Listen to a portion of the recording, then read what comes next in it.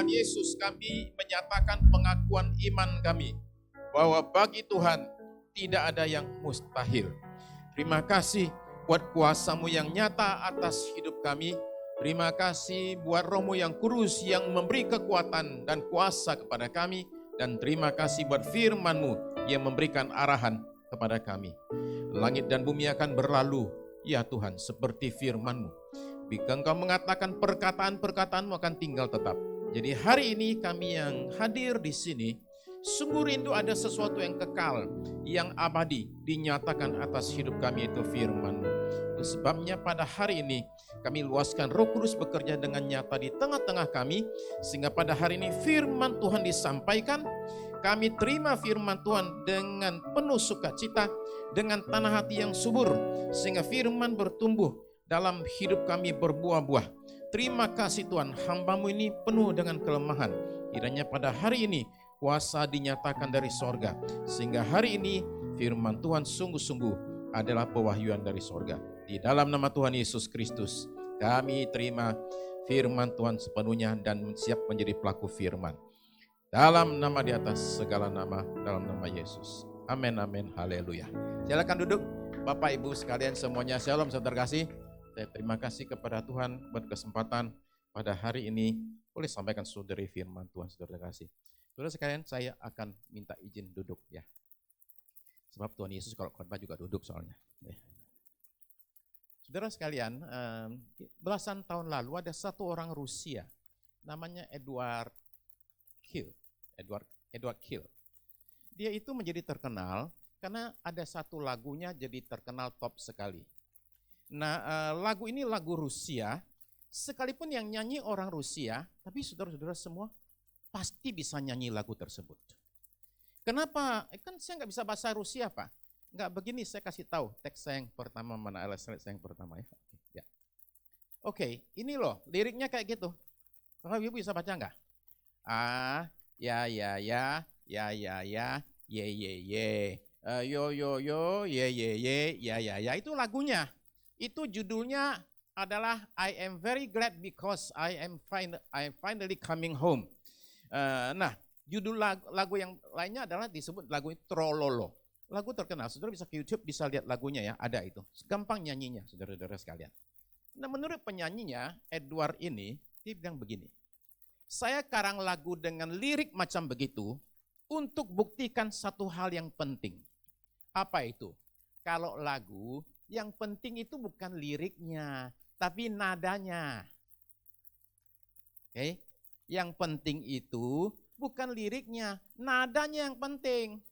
Lirik mah boleh sembarangan, nadanya itu yang penting, saudara-saudara sekalian. Cuman saya mau tanya saudara-saudara, gimana kalau kita punya lagu semua ya, yo, saudara. Tadi kita nyanyi ya, oke.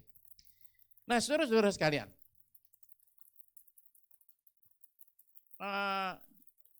menurut saya nada itu boleh macam-macam, lirik nggak boleh sembarangan. Liriklah yang bikin perbedaan. Saya buktikan, saya kasih contoh maksud saya. Saudara pernah dengar nggak nama William Booth? William Booth itu pendiri Gereja Bala Keselamatan. Oke? Nah, William Booth, saya tunjukkan foto orangnya ya. Oke, saya ada alat di sini ya. Oke. Ya. Oke, William Booth. Oke. Dia mendirikan gereja namanya Gereja Bala Keselamatan. Gimana cara dia memulai gerakan yang luar biasa ini? Dengan lagu. Oke? Tapi masalahnya pada waktu itu Inggris itu banyak orang mabok. Jadi untuk menarik orang, dia putuskan untuk memutuskan satu hal.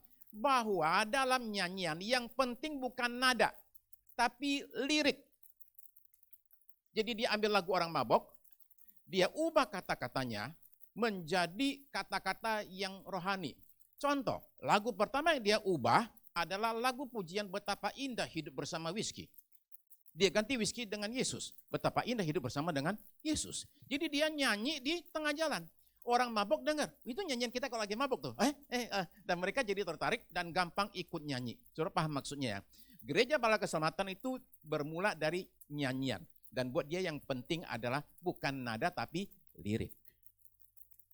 Ada 150 lagu diambil, dikumpulkan jadi satu dalam satu kitab bernama Mazmur. Dari 150 lagu ini, kita nggak ingat satu pun nadanya kayak apa. Tapi nggak penting. Kenapa? Karena yang penting liriknya.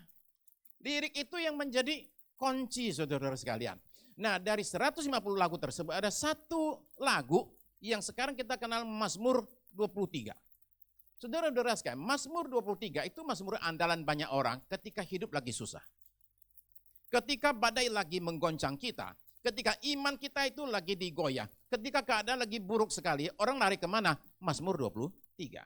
Selama 3.000 tahun lagu tersebut, yang ngarang itu saudara sekalian, enggak ngira sama sekali, saya punya lagu bertahan 3.000 tahun.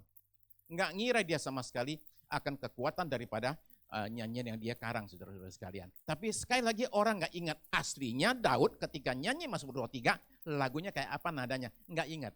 Kenapa? Enggak masalah, yang penting liriknya. Nah, jadi saudara-saudara sekalian, kita akan melihat betapa luar biasanya Mazmur ini. Mari kita mulai dengan membaca Mazmurnya, saudara sekalian ya. Oke. Mazmur Daud. Saya ajak saudara baca bersama ya. Boleh ya? Mari kita baca bersama ya. 2, 3. Mazmur Daud. Tuhan adalah gembalaku, takkan kekurangan aku. Ia membaringkan aku di padang yang berumput hijau. Ia membimbing aku ke air yang tenang. Ia menyegarkan jiwaku. Ia menuntun aku di jalan yang benar oleh karena namanya. Sekalipun aku berjalan dalam lembah kekelaman, aku tidak takut bahaya sebab engkau besertaku. Gadamu dan tongkatmu itulah yang menghibur aku. Engkau menyediakan hidangan bagiku di hadapan lawanku. Engkau mengurapi kepalaku dengan minyak, pialaku penuh melimpah. Kebajikan dan kemurahan belaka akan mengikuti aku seumur hidupku. Dan aku akan diam dalam rumah Tuhan sepanjang masa. Kenapa nyanyian ini menjadi favorit banyak orang? Ketika contoh di acara di rumah duka lah, atau di acara ketika orang lagi susah, kenapa ini yang menjadi suatu mazmur yang paling banyak dihafal orang? Saudara-saudara sekalian, apanya yang istimewa? Bahasanya bagus ya? Ya, bahasanya bagus, indah. Tapi menurut saya banyak bagian Alkitab lain yang bahasa juga bagus. Umpama Habakuk pasal 3 ayat 17 itu bagus banget. Nah, jadi kalau bahasanya bagus, banyak bahasanya bagus. Nah, menurut saya ini istimewa karena 3 hal. Nomor 1 adalah begini. Ini adalah bicara soal kemantapan iman pemazmur. Dengarkan kata-katanya ya. Tuhan itu gembala saya tidak akan kurang apapun juga seumur hidup saya. Itu kan adalah suatu pernyataan kemantapan yang bukan sekedar puisi yang indah, kata-kata kosong, pernyataan teologis yang enggak ada maknanya. Enggak, saudara sekalian. Ini adalah kata-kata dari seorang yang mengatakan, saya punya Tuhan yang adalah gembala saya. Enggak usah kaget, saudara sekalian, dia bukan hidup, oke ya. Jadi, ini juga mau, oke. Rupanya capek, dia pengen baring. Biarin. Saudara sekalian, ini adalah kata-kata seseorang yang sudah merasakan pemeliharaan Tuhan, yang sudah mendengar suara Tuhan, yang sudah menyaksikan perlindungan Tuhan, mengalami saudara sekalian yang namanya berkat Tuhan. Jadi ini adalah sesuatu mazmur, kata-kata ini luar biasa bagus, karena dia itu dibentuk dalam kawah krisis. Saudara terkasih, yang kedua adalah bahwa mazmur ini luar biasa karena janji-janji yang luar biasa. Coba kalau saudara tadi baca ya, saudara perhatikan tidak? Dari ayat 1 sampai ayat 6, itu isinya adalah janji penyertaan, janji perlindungan, janji berkat, janji rasa damai, semua janji-janji yang luar biasa dari bumi sampai sorga, tapi puncaknya itu ayat 6. Ya. Ayat 6 itu puncaknya. Kebajikan dan kemurahan belaka akan mengikuti aku seumur hidupku. Dan aku akan diam dalam rumah Tuhan sepanjang masa. Jadi pada puncaknya akhirnya saudara menemukan bahwa orang ini sekarang tidak usah kejar berkat, tapi dikejar oleh berkat. Kebajikan dan kemurahan belaka akan ikut saya, ngekor saya. Jadi dia nggak cari berkat, berkat yang cari dia, saudara sekalian. Itu karena dia menjadikan Tuhan sebagai gembalanya, saudara-saudara sekalian. Nah, saudara terkasih, lalu kemudian kita akan perhatikan bahwa yang ketiga, ini adalah mazmur yang jujur. Kenapa mazmur jujur, saudara-saudara sekalian? Karena ternyata di tengah-tengah segala janji yang indah, ada terselip lembah kelam, ada musuh yang hadir di situ. saudara perhatikan, di tengah-tengah gambaran yang indah tentang janji yang luar biasa, kemantapan iman yang hebat, di situ ada musuh dan ada lembah kelam. Kenapa ada demikian? Karena menurut saya ini adalah mazmur yang realistis, bukan mazmur yang naif. Ini adalah mazmur yang mengatakan memang hidup itu begitu. Hidup itu demikian, saudara sekalian. Kita hidup dalam satu dunia yang sudah jatuh dalam dosa. Jadi saudara nggak bisa mengatakan kalau saya ikut Yesus semuanya itu aman-aman saja. Semua masalah nggak akan datang ke hidup saya. Nggak demikian, saudara-saudara sekalian. Mazmur ini bisa dipercaya karena dia tidak menyembunyikan hal yang tidak baik. Dia terus terang ngomong bahwa kalau sekalipun saya tak kekurangan, saya tetap bisa alami lembah kelam, saudara sekalian. Jadi seberapa kuatnya pun kita beriman, saudara sekalian, tetap saja toko mesti dijaga, saudara sekalian ya. Pintu rumah kalau malam mesti dikunci ya. Kalau naik mobil, saudara parkir, tolong mobil juga dikunci. Jangan suruh malaikat yang jagain, bilang gini enggak usah dikunci. Kenapa? Ada malaikat soalnya ya. Saudara terkasih, lembah kelam itu penting. Saudara mesti nanya ya, kenapa ini domba ini bisa sampai masuk lembah kelam? Apakah dia nyasar ke situ? Enggak sengaja lagi jalan-jalan, tahu-tahu nyasar. Enggak begitu. Ini domba ini sampai tiba di lembah kelam karena dibawa oleh gembalanya. Gembalanya bawa itu domba ke lembah kelam. Saudara sekalian, saya bertanya, kalau gitu kenapa bisa demikian? Ya. Gembalanya digambarkan begitu baik, ayat 1 sampai 3. Tapi kok bisa bawa dombanya ke lembah kelam, ke dalam bahaya? Saya tunjukkan dari satu orang ya. Oke. Ini orang ini seorang gembala. Gembala beneran ya, maksudnya gembala domba beneran. Oke, namanya Philip Keller. Dia karang satu buku, judulnya adalah A Shepherd Looks at Psalm 23. Ada bahasa Indonesianya ya. Bisa dibeli di toko buku. Bukunya itu pendek, tipis, tapi banyak gambar domba-domba bagus-bagus. Ya. Oke, dia bilang gini ya, saya kutip. Sang gembala tahu dari pengalamannya bahwa binatang buas bisa bersembunyi di belakang tebing dan mengincar kawanannya. Dia tahu bahwa lembah bisa mengalami badai dan banjir mendadak. Ada batu jatuh atau lumpur dan bencana lain yang bisa mencelakakan dombanya. Sekalipun demikian, ini tetaplah jalan terbaik untuk membawa domba-dombanya naik ke tempat tinggi. Dia sendiri bersusah payah memperhatikan kemungkinan bahaya yang bisa terjadi. Saudara sekalian, jadi si gembalanya itu sengaja bawa dombanya lewati lembah kelam yang ada bahayanya. Kenapa demikian, saudara sekalian? Saya memberikan beberapa usul. Nomor 1, saudara terkasih. Ya. Lembah kelam membuat Tuhan jadi nyata dan dekat. Lembah kelam itu membuat Tuhan itu jadi nyata dan dekat. Saya buktikan ya. Ayat 1 sampai 3, Tuhan itu dia. Ya. Dia membimbing aku ke air yang tenang. Dia. Tapi ayat 4 sampai 6, dari dia berubah menjadi engkau. Jadi semula dia berbicara tentang Tuhan. Mulai ayat 4 dia bicara dengan Tuhan. Beda sekali. Saudara sekalian, dia dari mempelajari Tuhan menjadi mengalami Tuhan. Jadi kedekatan itu muncul dengan Tuhan. Penyebabnya apa? Karena lembah kelam. Lembah kelam itu membuat Tuhan menjadi nyata dan dekat. Bukan lagi sekedar kata-kata, saudara-saudara sekalian. Ya. Coba perhatikan ya, Ayub. Ayub itu mengalami lembah yang luar biasa. Dia itu kehilangan hartanya, kehilangan bisnisnya, dan kehilangan anaknya 10 sekaligus. Saudara-saudara tahu ketika saya baca Ayub, saya berpikir ini orang kenapa enggak gila ya? Atau bunuh diri, saudara-saudara sekalian. Jadi ini adalah seseorang yang mengalami lembah yang sangat amat kelam. Sepanjang kitabnya, Ayub itu cuma punya satu permintaan. Saya pengen ketemu sama Tuhan, cuma buat nanya, Tuhan, kenapa saya menderita? Itu keinginan semua orang. Kita pengen tahu, gini loh, kita manusia. Kalau saya ngerti aja, saya bisa terima. Jadi dia berusaha untuk ngerti. Dia minta ketemu Tuhan biar mau nanya, kenapa saya menderita? Jadi demikian sepanjang kitabnya, dia debat sama teman-temannya sampai marah-marah. Tapi di ujung kitabnya, dia ketemu akhirnya sama Tuhan yang dia cari sepanjang kitabnya. ketemu sama Tuhan, saudara sekalian. Nah, yang luar biasa apa? Tuhan tidak menjawab pertanyaannya dan gak bilang gini, Ayub saya kasih tahu ya, begini loh, kamu tuh susah tuh gara-gara gini ceritanya. Enggak sama sekali. Tuhan gak jawab pertanyaannya dan justru balik bertanya 60 sekian pertanyaan. Satu pun gak bisa dijawab oleh Ayub. Dia baru sadar, banyak hal saya gak tahu. Tapi ayat pasal 42, ayat 5, dia bilang begini, kalimat yang menurut saya penting sekali. Rupanya saya nggak bikin ya. Oke. Ayub 42 ayat 5. Hanya dari kata orang saja aku mendengar tentang engkau.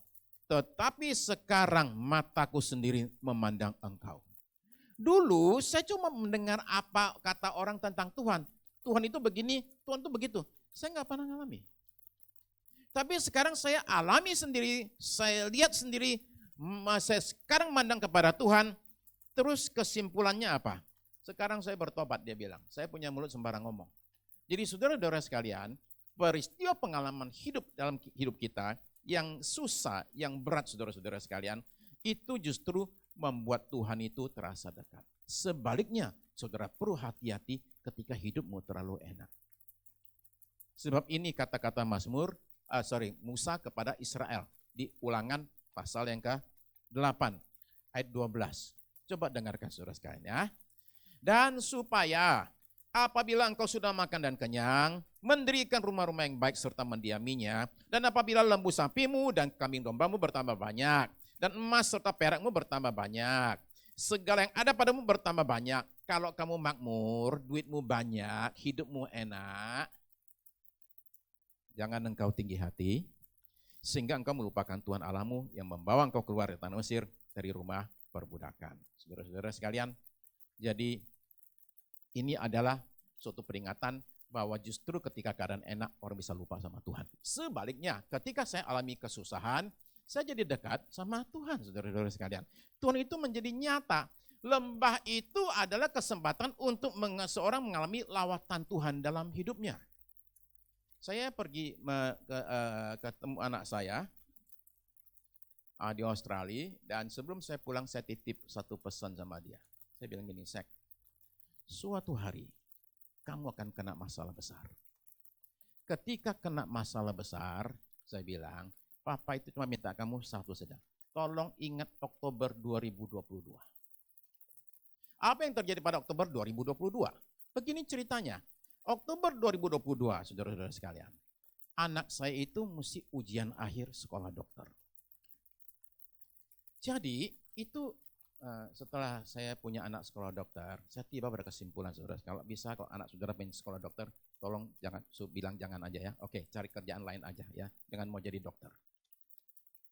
Bahan selama 4 tahun, itu semua digabrukin, diuji dalam waktu hanya 2-3 hari.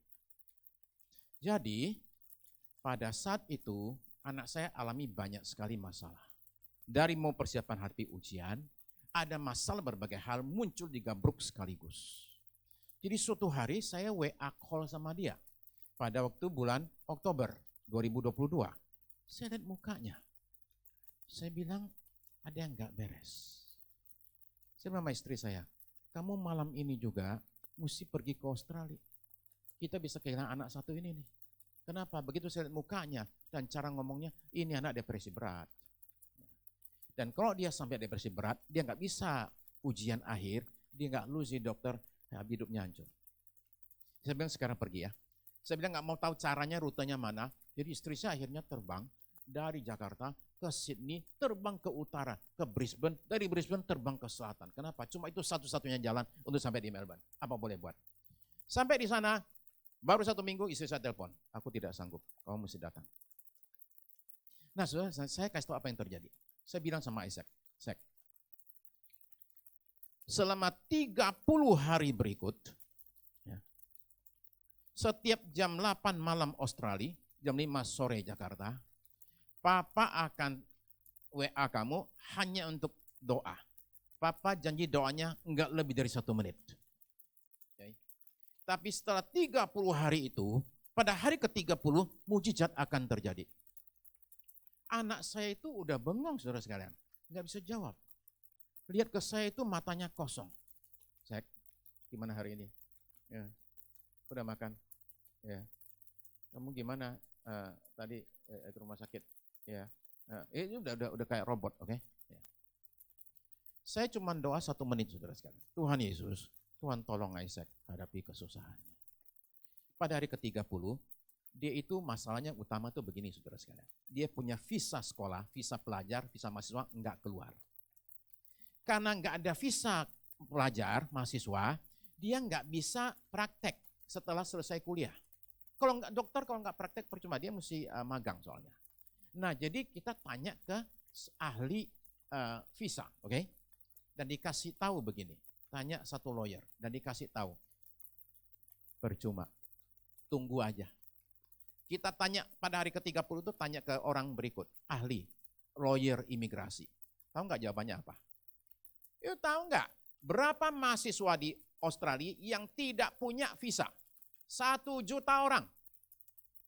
Dan 1 juta itu akan diberesin sebulan 100.000 orang. Jadi setahun baru selesai. Anda mungkin kenanya di akhir tahun depan. Jadi saya kasih tahu ya, kalau Anda mau, Anda sekarang gugat pemerintah Australia, biar kasusnya jadi rame. Tapi you nggak bakal menang, oke? Ya. Kalau enggak, you pulang Indonesia aja. Pulang Indonesia, iya coba aja dari Indonesia. Jadi habis keluar dari situ, Isaac telepon saya, jam 7.30 pagi Jakarta. Saya lagi mau pergi rekaman. Dia telepon, dia bilang, Pak, kata pengacaranya nggak ada harapan. Aku mesti pulang per Desember tanggal 30, ini nggak ada harapan, Pak. Nggak bisa. Saya jawab apa tahu nggak? Dia mungkin ahli, tapi dia bukan Tuhan. He may be an expert, but he's not God. Setengah jam kemudian visanya keluar. Saudara sekalian, saya bilang sama dia, kamu seumur hidup tuh nggak boleh lupa. Kenapa? Itu lembah kelam beneran loh. Tapi setelah doa 30 hari tiap hari, mujizat terjadi, saudara sekalian. Tapi itu pengalaman akan dia ingat seumur hidup. Dia nggak bakal lupa. Saya pernah hampir runtuh, hampir jatuh, tapi Tuhan menolong saya. Jadi saudara-saudara sekalian, adalah penting kita menyadari begini, bahwa saudara-saudara sekalian, siapa yang mau dipakai Tuhan, alami mujizat Tuhan, dia mesti mau alami lembah kelam. Itu maksud saya. Ya. Sebab justru di tengah masalah, kita akan lihat pertolongan Tuhan. Loh kalau saudara-saudara mau mujizat, tapi nggak ada masalah, loh apanya mau dijadi mujizat? Saya bilang sama istri saya ketika dia terbaring sakit dan harus dioperasi. Saya tanya sama dia waktu itu, gini loh, kata dokter kan kamu mesti dioperasi. Jadi begini, operasi itu rada lama, saya bilang gitu. Maksudnya nunggu, karena saya mesti jual rumah dulu. Saya bilang, aku mesti jual rumah dulu, rumah Sunter. Jadi itu agak lama dikit. Ada cara lebih cepat sih. Ya gimana caranya? Apa yang tahu gimana caranya? Minta mujizat dari Tuhan. Gimana sih dia bilang? Ya memang benar saya bilang. Kalau kamu nggak punya masalah, nggak usah minta mujizat. Kalau kamu minta mujizat, karena kamu punya masalah. Jadi kunci mujizat itu apa? Masalah. Dan makin besar masalahmu, makin besar mujizatmu. Kalau saudara-saudara mogok ketika di parkiran, contoh ya di parkiran mogok, mesinnya berhenti ya, saudara-saudara perlu mujizatnya kecil aja, ya. Pas ada teman lewat bantuin. Tapi kalau saudara lagi naik pesawat, mesinnya mogok, saudara sekalian, mujizatmu kan beda lagi tuh. Oh iya kan? Oh iya, mujizatnya beda. Jadi makin besar masalahmu, makin besar mujizatmu, saudara sekalian. Ya, jadi mesti ngalamin, saudara kasih. Ya, hal demikian. Ada 2 orang, anak muda ya, umur 17 tahun, lulus ujian. Ngapain? Yuk pergi berenang yuk. Berenang di laut. Ini berenang di laut dan kemudian ke bawah arus. Di tengah-tengah arus tersebut, 2 jam kemudian udah mau mati. Udah mau mati, akhirnya ngapain? Tahu nggak? Biasalah, saudara-saudara kalau orang udah kepepet ngapain? Berdoa toh? Dari awal nggak berdoa, udah kepepet baru berdoa. Tuhan Yesus tolong kami supaya nggak tenggelam Tuhan. Terus temannya jawab amin. Itu jawab amin, saudara sekalian, yang terjadi. Okay. Jadi mereka teriak sama Tuhan, Tuhan tolong kami. Yang temannya bilang amin. Begitu amin, tahu-tahu muncul satu kapal. Kapalnya namanya amin, saudara sekalian. Oke, ya. Saudara terkasih, semua janji-janji ini yang luar biasa ini hanya terjadi kalau kita jadikan Yesus sebagai gembala kita. Jadi semua janji ayat 2 sampai ayat 6 itu Itu hanya terjadi kalau ayat 1 berlaku. Tuhan itu gembala saya. Maka saya tak akan kekurangan. Dikasihlah penjelasannya apa saja yang nggak kurang dalam hidupnya itu. Jadi saudara sekalian, pertanyaan saya cuma satu. Sudahkah saudara jadikan Yesus sebagai gembalamu? Sudahkah dia jadi gembala saudara sekalian dalam hidup kita? Nah, gembala saudara sekalian, artinya dia ngatur segala-galanya lah, ya. Dan Yesus itu adalah gembala yang bisa dipercaya. Dia adalah gembala yang bisa diandalkan saudara-saudara sekalian. Kenapa? Karena Yesus berkata demikian. Akulah gembala yang baik. Gembala yang baik memberikan nyawanya bagi domba-dombanya. Jadi dia gembala yang baik saudara sekalian. Berikan nyawanya bagi domba-domba seperti kita saudara kasih. Jadi saya usul kepada kita saudara sekalian supaya kita ini percaya total kepada gembala. Serahkan semuanya kepada dia, segala-galanya. Ibaratnya sekarang saudara, kalau saudara nyetir ya, saudara punya mobil bagus banget nih, sedan model paling baru saudara sekalian, harganya 1,5 miliar. Oke, saudara ajak Yesus naik masuk ke dalam saudara-saudara punya mobil ya. Saya mau tanya, Yesus ditaruh di mana? Sebagian orang bilang taruh di bagasi, oke?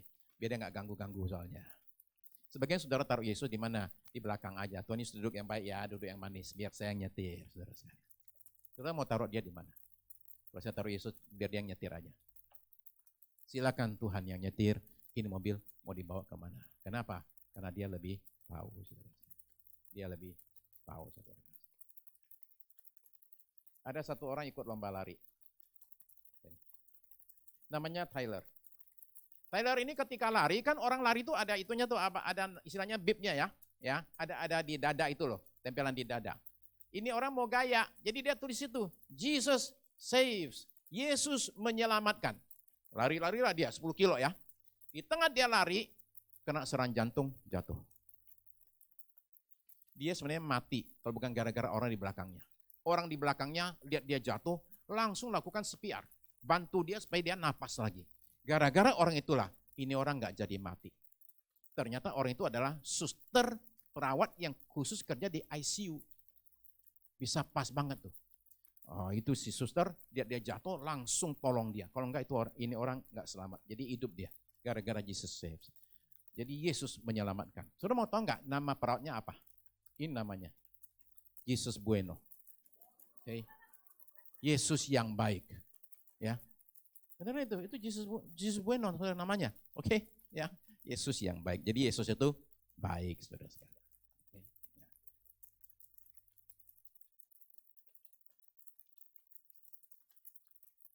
Oke, ini anak saya, saudara-saudara. Namanya Nathan. Nathan ini waktu sekolah dia suka sekali main pingpong. Jadi sampai dia di sana di Australia dia pergi main pingpong. Nggak tahu gimana caranya, saya juga bingung. Dia ketemu pelatih itu sebelah kanan dia. Namanya Heminghu. Heminghu itu pemain nomor 1 di Australia. Jadi gurunya itu pemain nasional nomor 1 di Australia. Pergilah dia main pingpong, belajar pingpong, dan sebagainya lah ya. Oke, nah ini foto ketika lagi menang nih, dapat medali. Ya. Begini ini yang terjadi. Sebelum ini anak saya kalah. Hampir menang, kalah. Jadi duduk di lantai, nangis. Pelatih datang, tepok dia. Boy, kalah itu nyesek. Kalah itu nggak enak. Kalah itu, aduh sakit benar. Tapi, kamu dengerin baik-baik ya. Kamu ikutin saya punya cara. Setahun lagi, saya udah tahu kamu bakal jadi apa.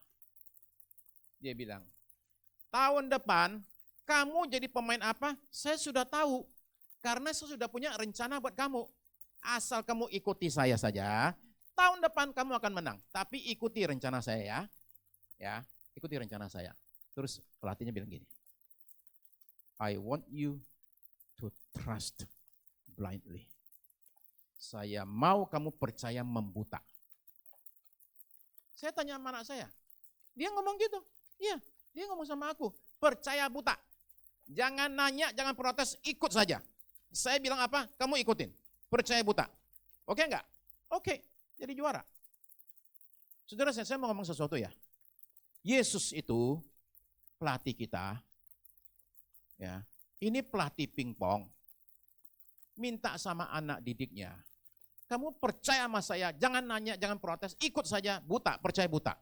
Boleh nggak? Yesus itu minta dari kita juga hal yang sama. Kamu percaya sama aku, percaya sepenuhnya, nggak usah banyak nanya, nggak banyak protes, jalanin saja. Bisa nggak? Boleh nggak? Dia minta hal yang sama dari kita. Jikalau seorang pelatih pingpong bisa minta sama anak didiknya, kamu percaya buta sama saya. Kenapa? Yesus, Gembala Agung kita, nggak boleh bilang hal sama-sama kita. Kamu percaya buta saja sama saya. Saya nggak ngerti kenapa kaki saya sampai patah. Saya nggak ngerti. Jadi saya tahu satu hal. Tuhan itu lagi mau bicara sama saya. Untuk itu saya mesti dibikin stop. Nggak kemana-mana. Mesti dibikin, lu diam aja udah. Jangan kemana-mana, karena kakinya nggak bisa gerak soalnya. Apa boleh terpaksa. Kemana-mana mesti ada istri yang dorongin kursi roda. Bikin repot saja. Sudah paham ya? Saya yakin sekali Tuhan mau bicara sama saya. Cuma apa itu saya nggak tahu. Dari tadi sampai saya duduk di situ, saya bilang sama Tuhan, ada sesuatu yang Tuhan mau bicara sama saya, tapi apa itu sampai sekarang saya belum tahu. Saya akan tunggu terus sampai dia bicara, saudara. Tuhan itu adalah gembala yang baik. Saya tutup dengan satu ilustrasi. Oke. Saudara tahu ini ya? Ini namanya terapis. Ya, terapis ini biasa ada di sirkus. Oke. Nah, ini ada satu orang pendeta, pastor Katolik, Henry Nguyen, yang ngajar di Harvard. Dia suatu hari itu cuti pulang ke Toronto, saudara sekalian. Di Toronto, pastor ini selama setengah tahun, percaya nggak? Selama setengah tahun, tiap malam nonton sirkus, nggak rohani sama sekali. Nonton sirkus tiap malam itu, pastor itu. Tiap malam nonton sirkus, kenapa? Karena dia terpesona dengan ini.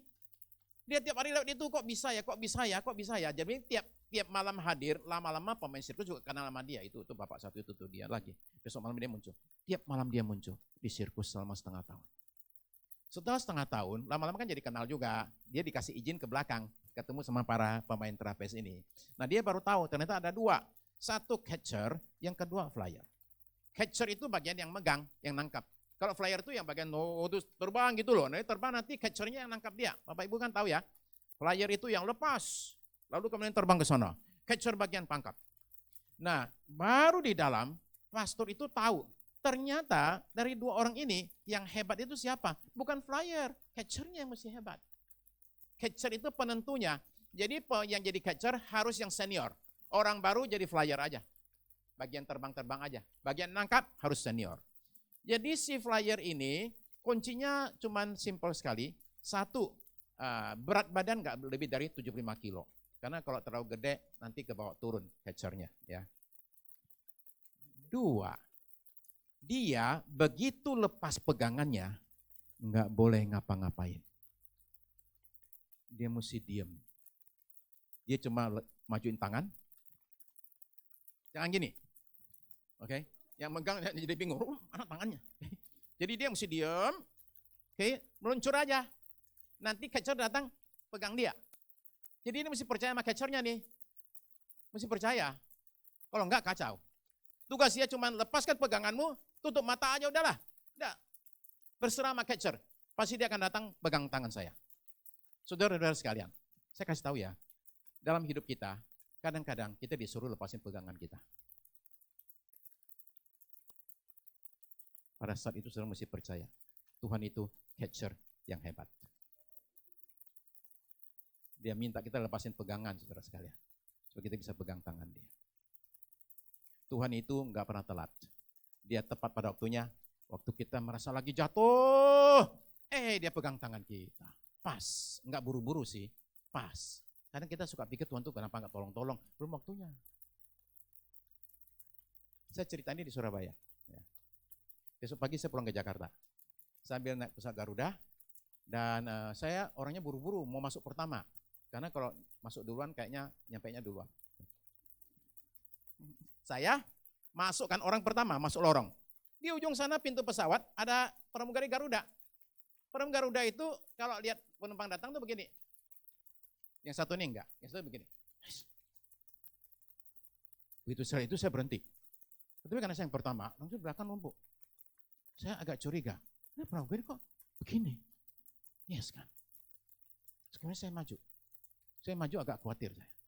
Pramugari bilang sama saya gini, Pak, saya tadi malam hadir di kebaktian. Bapak jangan pulang dulu ya, nanti nggak boleh turun. Ya, saya mau cerita. Oh alah, oke lah. Jadi saya semua mau cepat turun, nggak bisa sekarang. Saya mesti nunggu semua turun, saya baru turun. Saya turun dari pintu, dia bilang gini, Pak sebentar saya mau cerita. Tadi malam saya hadir di kebaktian terakhir di GMS. Bapak cerita tentang pemain terapis. Saya kata sama Bapak ya, saya pramugari bertahun-tahun, saya paling takut naik pesawat, Pak. Saya bilang, kenapa baru cari kerjaan yang ini? Saya takut terbang, Pak. Jadi selama ini kalau saya terbang, bertugas, saya ketakutan, Pak. Saya takut pesawat jatuh. Tadi malam saya dengar Bapak cerita tentang pemain terapis itu. Mau kasih tahu sama Bapak ya, tadi pagi saya naik ke pesawat, datang ke sini. Saya sama sekali nggak ada rasa takut lagi. Karena sekarang saya tahu ada apa-apa, Tuhan itu catcher yang terbaik. Dia pasti akan pegang saya dan tolong saya. Saudara-saudara sekalian, apapun pergumulan saat ini, apapun yang buat saudara saat ini lagi ragu, nggak tahu mesti bagaimana, saudara serahkan hidupmu kepada Yesus. Jadikan dia gembalamu, saudara sekalian. Dia tuh catcher yang hebat. Saudara merasa saya nggak tahu mesti ngapain lagi, melayang, bentar lagi jatuh. Dia akan pegang kita dan selamatkan kita. Sebab dia adalah gembala yang baik. Mari kita berdoa. Saya ajak kita sama-sama bangkit berdiri, saudara sekalian. Kita datang ke hadapan Tuhan. Saudara terkasih, pada momen ini saya ingin berikan waktu sebentar untuk kita merenung.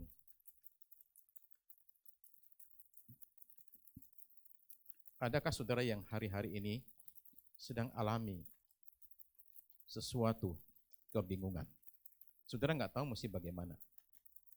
Adakah di sini saudara-saudara yang dalam keadaan galau, hatimu penuh dengan kegelisahan? Adakah di sini yang sedang susah? Jikalau ada saudara-saudara sekalian, saya ajak kita semua pada hari ini, pagi ini, jadikanlah Yesus sebagai gembalamu. Dan ketika Tuhan adalah gembalamu, maka engkau takkan kekurangan. Tuhan itu akan seperti janjinya membawa kita ke air yang tenang. Dia itu akan baringkan kita di padang rumput yang hijau, dan dia itu akan berikan kepada kita kesegaran dalam jiwa kita. Dia akan tuntun kita di jalan yang benar, dia akan bimbing kita ke air yang tenang. Sekalipun saat ini saudara-saudara sedang dalam lembah kekelaman, lagi sedang susah, alami berbagai hal, saudara tidak usah takut bahaya, sebab Tuhan menyertai kita di lembah kelam sekalipun. Tuhan melindungi kita, menyediakan hidangan makan buat kita, mengurapi kita, dan kemudian kebajikan dan kemurahan menyertai kita sepanjang umur hidup kita. Tapi syaratnya satu, sudahkah saudara menjadikan Yesus sebagai gembalamu? Jikalau belum, pagi ini momen waktunya kita berkata kepada Tuhan Yesus, Tuhan, jadilah Engkau sebagai gembalaku yang baik. Gembalakanlah hidupku, ambil alihlah hidupku, aku serahkan hidupku sepenuhnya ke dalam tangan Tuhan. Izinkanlah Yesus menjadi pengemudi dalam mobilmu, mobil kehidupanmu. Biarkan dia mengarahkan mobil kemanapun dia mau, dan kita semua berserah saja kepada Tuhan. Terima kasih Tuhan Yesus pada pagi ini Tuhan, di tempat ini. Kami semua yang hadir di sini, sama-sama sungguh ingin menyatakan satu hal. Engkau adalah gembala kami, dan Engkau adalah gembala yang baik. Gembala yang baik yang akan menyertai kami, melindungi kami, yang akan menuntun kami, yang akan membela kami dalam segala keadaan. Gembala yang akan mengurapi kami, gembala yang akan menyatakan karya yang ajaib atas hidup kami. Terima kasih Tuhan Yesus buat semuanya ini Tuhan. Sekarang ya Tuhan, kiranya anugerah Tuhan dilimpahkan atas kami semua, sehingga di hari-hari yang akan datang, kami akan kuat menghadapi berbagai keadaan apapun juga, karena Tuhan Yesus, Engkau sudah menjadi gembala agung kami dalam hidup kami. Terima kasih Tuhan, biar kami sehari-hari, sewaktu kami hadapi berbagai badai, kami diingatkan akan gembala agung kami, yang menyertai kami dan membimbing kami dalam hidup kami. Terima kasih, kami bersyukur Tuhan, buat anugerah yang indah dalam hidup kami, dalam nama Tuhan Yesus Kristus, kami berdoa. Amin. Amin. Silakan duduk saudara sekalian.